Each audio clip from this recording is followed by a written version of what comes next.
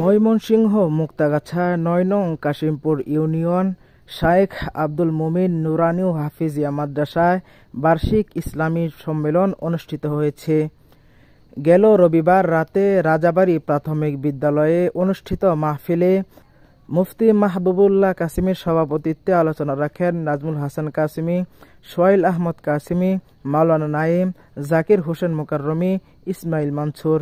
এ মাহফিলে মুক্তাগাছা, ফুলবাড়িয়া, মধুপুর, জামালপুরে ধর্মপ্রাণ মুসলমানরা অংশগ্রহণ করেন। শহীদুল ইসলাম, আইমন জার্নাল, ৯ নং কাশিমপুর ইউনিয়ন, মুক্তাগাছা, ময়মনসিংহ। মানে জ্ঞানী একজন বিসিএস ক্যাডার, সেও কি জ্ঞানী? তাহলে যে বিসিএস পাস করলো তারে আমরা কোনোদিন আলেম সাত কই না, কিন্তু যে মাদ্রাসায় পড়ে তারা হাদিস পাস করলো তারে কি কই? তাহলে দুজনকে ব্যস্তম কি?